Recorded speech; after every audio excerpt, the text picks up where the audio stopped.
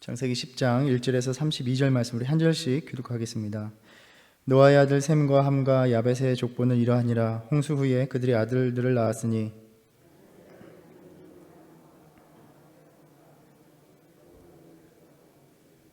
고멜의 아들은 아스그나스와 리밧과 도갈마요.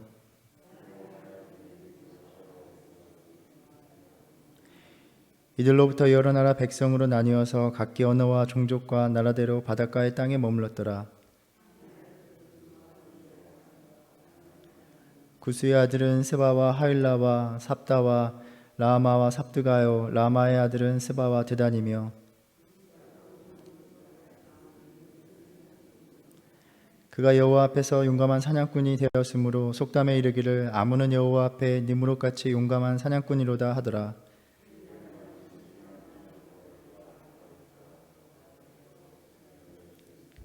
그가 그 땅에서 아수르로 나아가 니네웨와 르호보딜과 갈라와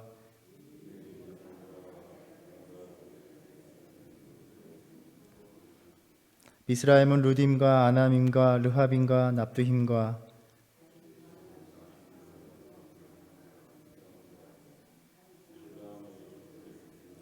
가나안은 장자 시돈과 헷을 낳고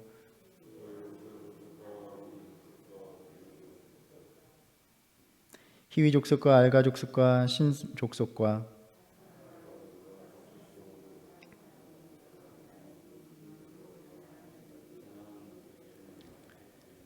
가나안의 경계에는 시돈에서부터 그라를 지나 가사까지와 소돔과 고모라와 아드마와 스보임을 지나 라사까지였더라.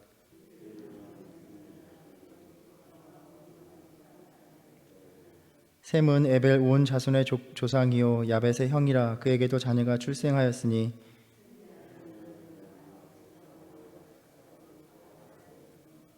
아람의 아들은 우스와 훌과 게델과 마스며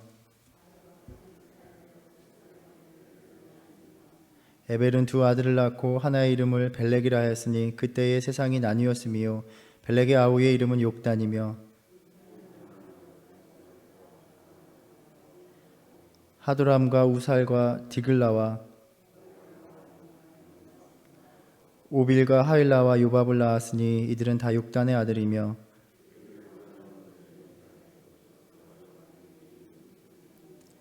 이들은 셈의 자손이니 그 족속과 언어와 지방과 나라대로였더라. 이들은 그 백성들의 족보에 따르면 노아 자손의 족속들이요 홍수 후에 이들에게서 그 땅의 백성들이 나뉘었더라. 아멘. 4장과 5장에 이어서 또다시 족보가 나옵니다. 이 족보라는 말이 히브리어로 톨레도트인데 문맥에 따라서는 역사, 또 족보, 계보라는 말로 번역이 됩니다. 창세기 전체를 보면 이 톨레도트 중심으로 구성이 되어 있습니다. 이 톨레도트가 그만큼 중요한 역할을 합니다. 새로운 역사 또 이야기가 시작될 때마다 혹은 마무리될 때마다 이 족보가 등장하는 것을 우리는 볼 수 있습니다. 우리가 지금까지 살펴본 것처럼 각 족보는 각각의 양식이 있습니다. 4장에서 가인의 족보는 그냥 단순하게 누가 누구를 낳았다 이런 식으로 전개되고, 또 5장에서 노아까지 이르는 그 10대의 족보는 누가 몇 세에 장자를 낳았고 낳은 후에 몇 년 동안 자녀를 낳다가 총 얼마의 횟수를 누렸다라는 식으로 나옵니다.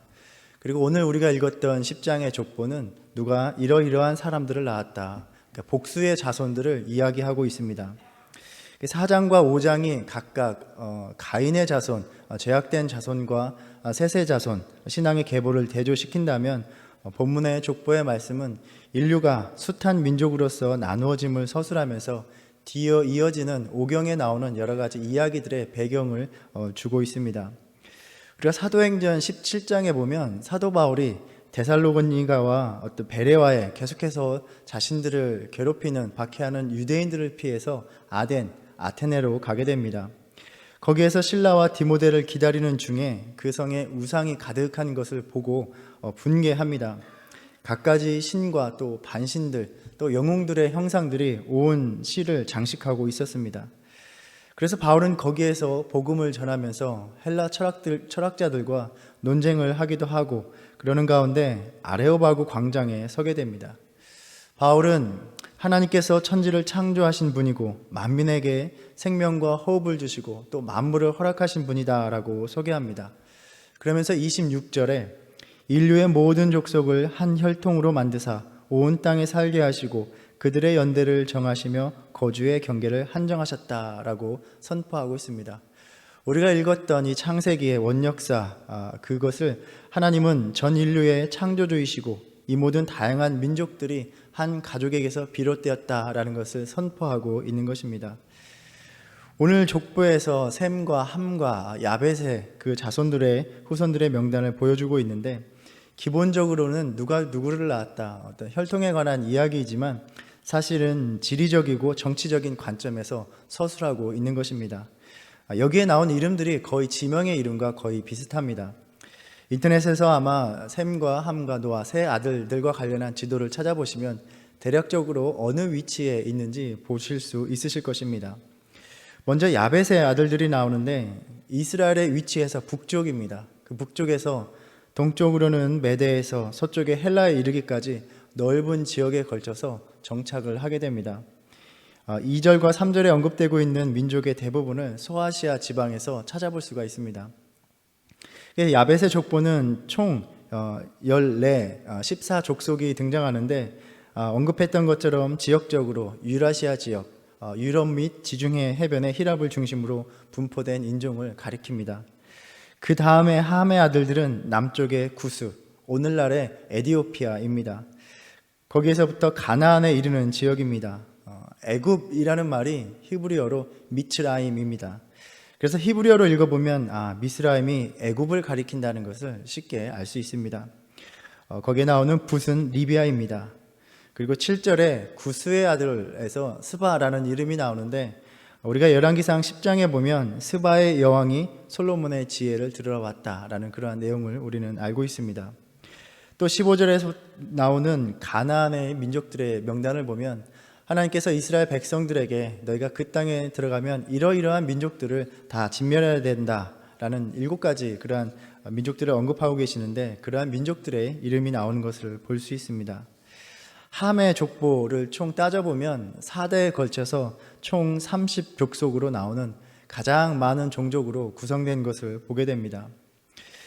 셈의 후손인 이스라엘은 역사적으로 보면 야벳보다는 거리나 문화 측면에서 함족과 더 가까운 관계를 맺고 살았습니다.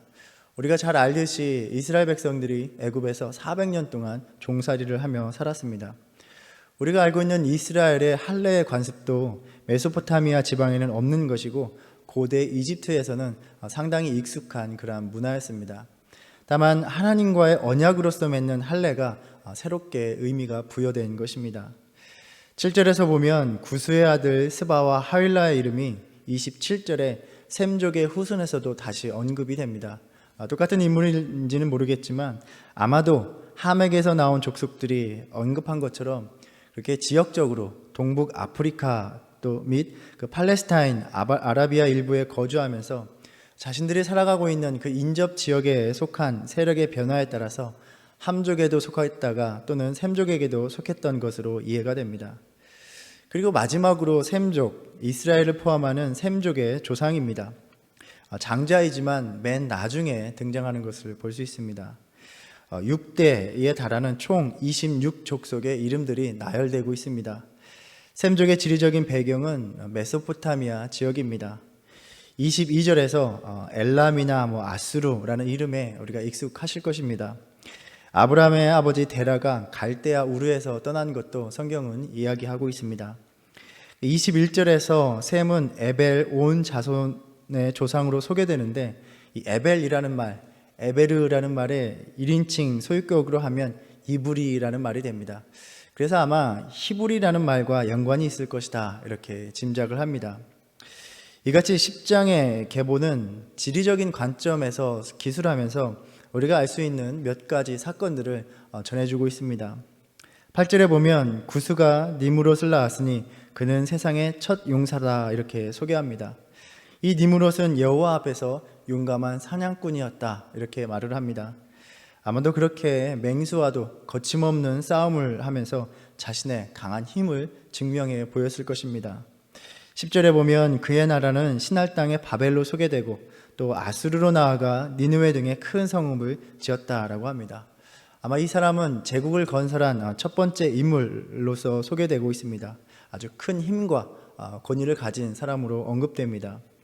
아마도 먼 훗날에 아수르 제국의 강력한 힘을 염두에 두고 있는 것 같습니다. 니므롯이라는 말의 어원이 히브리어 동사 마라드에서 나온 것이 아닐까 이렇게 추측을 합니다. 마라드라는 말은 반역하다라는 의미가 있습니다. 그래서 어원적으로 보면 이 니므롯이 제국을 건설한 것이 하나님의 뜻을 거역한 것으로 간주되고 있음을 암시하고 있습니다. 그래서 이 니므롯이 다음에 나오는 11장에서 바벨탑 사건을 예견하고 있습니다. 왜냐하면 바벨탑이 니므롯이 세웠던 그 신할 평지에서 세워졌기 때문입니다. 11장에서 사람들은 그렇게 통일을 통해서 강해지고 자신들의 명성을 확보하려는 시도를 보게 됩니다. 그러니까 하나님 없는 삶을 살아가고자 애썼던 것입니다. 25절에 보면 에벨이 두 아들 벨렉과 욕단을 낳았다라고 말하면서 벨렉 때에 세상이 나누어지니라 이렇게 말을 하고 있습니다. 그리고 나서 언급하는 것이 욕단의 계보입니다. 그리고 11장 10절까지 아브라함까지 이어지는 벨렉의 계보를 다시 이야기합니다. 그러니까 이 두 계보를 이야기하는 사이에 바벨탑의 이야기가 들어가고 있는 것입니다. 이 흐름으로 보자면 저자는 셈의 족보를 에벨과 욕단을 거쳐서 바벨론을 이루는 그러한 족속으로 소개하고 또 한편으로는 벨렉을 거쳐서 아브라함으로 이어지는 가문으로 나누어 소개하는 것을 보게 됩니다. 그래서 그때부터 벨렉부터 이렇게 세상이 나뉘어졌다라는 표현으로서 이야기하고 있는 것입니다. 우리가 어제 노아와 세 아들의 이야기가 후대의 이스라엘 백성들, 그 이스라엘이 당대의 자신들의 삶을 돌아보게 하는 의도와 목적이 있었다라고 나누었습니다. 그 속에서 자신들이 들어갈 혹은 자리 잡고 살아가고 있는 가나안의 문화와 삶의 모습을 발견하고 그렇게 오래전 하나님께 저주를 받은 삶이었구나라는 것을 인식하면서 자신들은 지금 자신들이 살아가고 있는 가나안의 풍습을 단호히 거부하며 살아가야 되는 것을 깨닫게 되는 것입니다. 또 마찬가지로 창세기의 족보는 후대의 이스라엘에게 정치적인 또 군사, 사회, 종교적인 다양한 의미를 부여하면서 그러한 목적과 의도를 가지고 기록되었다는 것을 우리가 보게 됩니다. 그래서 방금 우리가 읽었던 10장의 족보의 목적은 홍수 후에 노아와 그 아들들에게 다시 주어졌던 생육하고 번성하라는 땅에 충만하라는 하나님의 약속과 축복대로 인류가 그렇게 땅에서 번식하여 나갔다라는 것을 족보의 양식을 통해서 확증해 주는 것입니다. 이 서술 방식의 특징을 보면 우리가 읽었듯이 먼저 막내인 야벳의 족보가 등장을 합니다. 아마 여기에는 막내가 우선이라는 전승에 기인한다 이렇게 설명하기도 합니다. 성경을 보면 우리가 동생이 더 중요했던 중심 인물이었던 것을 우리가 보게 됩니다. 이스마엘보다는 이삭이, 또 에서보다는 야곱이, 또 요셉의 형들보다는 요셉이 더 중심적인 인물이 되는 것을 보게 됩니다. 그리고 앞에서 셈, 함, 야벳, 제가 몇 대에 걸쳐서 총 얼마의 족속이 소개된다 이렇게 언급했었는데 그것을 다 합해보면 총 70족속이 됩니다. 그러니까 하나의 상징적인 의미로서 이 숫자가 사용되고 있는 것입니다. 그러니까 70은 전체, 전부를 이야기하는 상징적인 숫자입니다. 그래서 70개의 민족으로 나라로 소개되어서 열국 전체를 뜻하는 그런 의미로 전하고 있는 것입니다. 그렇게 70족속이 퍼져나갔다라는 배경 속에서 우리가 12장에서 아브라함이 등장하고 그의 씨로 말미암아 땅의 모든 족속이 복을 받을 것이다 라는 약속의 말씀을 듣습니다. 그래서 창세기의 마지막 46장 27절에 보면 애굽에서 요셉이 낳은 아들은 2명이니 야곱의 집사람으로 애굽에 이른 자가 모두 70명이었다 이렇게 소개되는 것도 우연은 아닐 것입니다. 그러니까 이 70명을 통하여 하나님의 백성을 이루어가고 온 세상을 구원하는 하나님의 계획이 시작되는 것을 우리가 볼 수 있습니다. 사실 우리가 읽었지만 이 족보에 대해서는 역사적으로 고증하기도 어렵고 그 이름들도 참 어렵고 기억나지도 않고 또 많은 이름이 단순히 나열되는 것이 어떤 신앙적인 이야기나 삶이 아니기 때문에 어떤 구체적인 우리의 신앙의 삶에 대한 메시지를 읽어내기가 쉽지는 않습니다. 사실 설교하는 입장에서도 다른 이야기를 설교하면서 족보를 언급하는 것은 괜찮지만 이 족보 하나만을 가지고 설교를 준비한다는 것도 참 쉬운 일은 아닙니다. 그럼에도 우리가 오늘 이 아침 족보를 읽으면서 이 세계의 민족들로 퍼져나가는 계보에 대한 말씀을 읽으면서 하나님께서는 나의 개인적인 하나님뿐만이 아니라 온 세상을 주관하시는 하나님이구나 라고 우리의 믿음의 시야를 넓히게 되는 계기를 갖게 됩니다. 후대 이스라엘은 자신들이 이 족보를 읽으면서 수많은 민족과 나라 가운데 살아가면서 하나님의 홍수 심판에서 건짐을 받은 노아와 그 세 아들에서 비롯되는 민족들의 계보를 통해서 여전히 모든 민족들의 역사의 실존이 생명을 주시는 하나님의 권능에서 비롯되었구나 하는 것을 다시 한번 깨달았을 것입니다. 어느 민족도 자신의 존재의 근거를 창조주 되시는 하나님 이외에 그 어떤 다른 누구에게서도 부여받을 수 없다라는 것입니다. 오늘날 우리 역시 마찬가지입니다. 우리가 수많은 민족들과 나라 가운데 살아가지만 이 모든 역사를 주관해 오신 분이 바로 하나님이시다라는 것을 다시 한번 돌아보게 됩니다. 이 족보 가운데서 우리가 나누었듯이 니므롯의 예를 통해서 인간들은 늘 그렇게 자신들의 힘과 결정으로 살아가고자 하는 불안한 움직임들을 보여왔고 실제로 그렇게 했다는 것을 우리는 역사를 통해서 알게 됩니다. 그래서 우리는 신앙인으로서 한 개인의 삶뿐만이 아니라 모든 역사와 나라와 권세가 하나님께 속해 있음을 고백하면서 그것을 증언하는 삶이 우리가 살아가는 시대 속에서 더욱 요구된다는 것입니다. 우리가 속한 세상의 희망이 인류가 더욱더 발전하는 인간의 힘으로 발전시키는 데 있는 것이 아니라 하나님께만 있음을 자각하고 그것을 우리는 믿음의 삶으로 선포하며 살아가야 하는 것입니다. 우리가 11장에 보면 이어지는 바벨탑의 이야기는 이렇게 하나님의 은혜와 약속대로 땅에 충만하게 되는 그 복을 누리는 인류가 또다시 하나님의 뜻을 거스르는 모습을 우리는 살펴보게 될 것입니다. 오늘도 그렇게 만연한 하나님을 거스르는 세상적인 움직임과 주장들에 맞서서 우리의 신앙들을 돌아보라라고 말씀하십니다. 우리가 노아의 홍수 이야기를 이렇게 마무리하는데 우리가 여러 번 걸쳐서 나눈 점들을 돌아보면서 다시 한번 우리의 믿음을 세워나가기를 바랍니다. 하나님께서 창조의 세계를 지으시고 참 보기에 좋다라고 하셨습니다. 그 세상을 바라보시며 또 인간들을 보시며 우리들을 보시며 참 좋다 하셨습니다. 그러나 창조의 질서를 무너뜨리고 점점 더 하나님의 그 선한 뜻을 거스르는 죄악된 모습을 결코 용납하실 수 없으셨습니다. 다 쓸어버리시기로 결정하십니다. 마음에 근심하시고 한탄하시지만 그것을 용납하실 수 없기 때문에 다 쓸어버리기로 결심하십니다. 오늘을 살아가고 있는 나의 삶을 하나님께서 보신다면 어떠한 결심을 만들게 할 것입니까? 과연 하나님께서 바라보시면서 여전히 참 좋다라는 삶을 우리는 살아가고 있는 것입니까? 오늘 주님께서 나의 삶을 바라보실 때 주님께서 기뻐하시는 참 좋다라고 하실 수 있는 저와 여러분의 삶이 되기를 간절히 바랍니다. 하나님께서 홍수로 심판을 내리기로 결단하셨음에도 불구하고 노아를 통해서 은혜를 베푸셨습니다. 새로운 창조 또 새로운 인류의 시작을 그렇게 계획하신 것입니다. 우리가 또 족보를 통해서 보듯이 결코 심판이 하나님의 최종 목적이 아니었습니다. 이는 오늘도 동일합니다. 우리는 주님의 심판을 피할 수 없는 모습으로 분명히 살아가는 부분들이 있습니다. 주님께서 용납하실 수 없는 모습이 전혀 없다고 결코 자신할 수 없을 것입니다. 그러나 분명한 것은 주님께서는 언제나 다시 시작하기 원하신다라는 것입니다. 우리 안에서 주님을 온전히 예배하고 주님을 기쁘시게 하는 삶을 새롭게 하시기를 지금도 원하고 계십니다.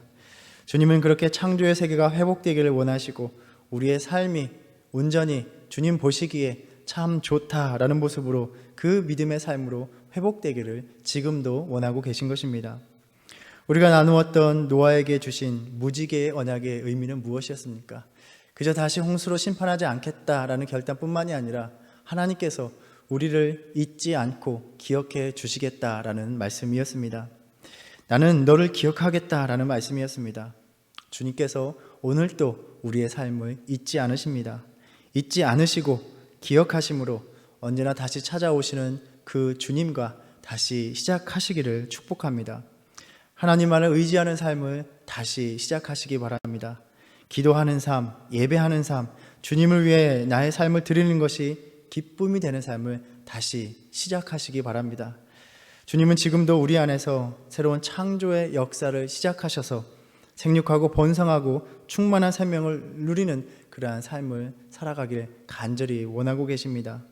그리고 우리가 보내고 있는 이 시기는 그 어느 때보다도 다시 시작해야 할 때, 회복해야 할 때라고 생각합니다. 우리 모두가 그렇게 다시 주님과 함께 시작하면서 참된 신앙을 회복하는 저와 여러분 되기를 바랍니다.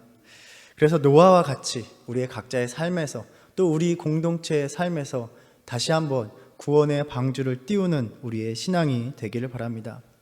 노아는 그렇게 순종하여 방주를 만들고 그 방주가 어디로 흘러가는지 다 주님께 맡기고 자신은 그렇게 방주 안에서 주어진 사명, 생명을 돌보는 일에 힘썼습니다. 주님께 맡기고 주님께서 명하신 일에 순종하니 구원의 방주가 되었습니다. 다시 한번 우리도 노아와 같이 모든 삶의 방향을, 동력을 주님께 맡기는 저와 여러분 되기를 바랍니다. 내 힘으로 내 인생 살려고 애쓰다가 그 배가 파산되어서 절망하는 그러한 삶을 살지 않고 주님께 맡김으로 온전히 나를 보호하시고 안전하게 하시고 그래서 구원의 방주에 거하게 하시는 은혜를 누리시기를 주님의 이름으로 축원합니다. 기도하겠습니다.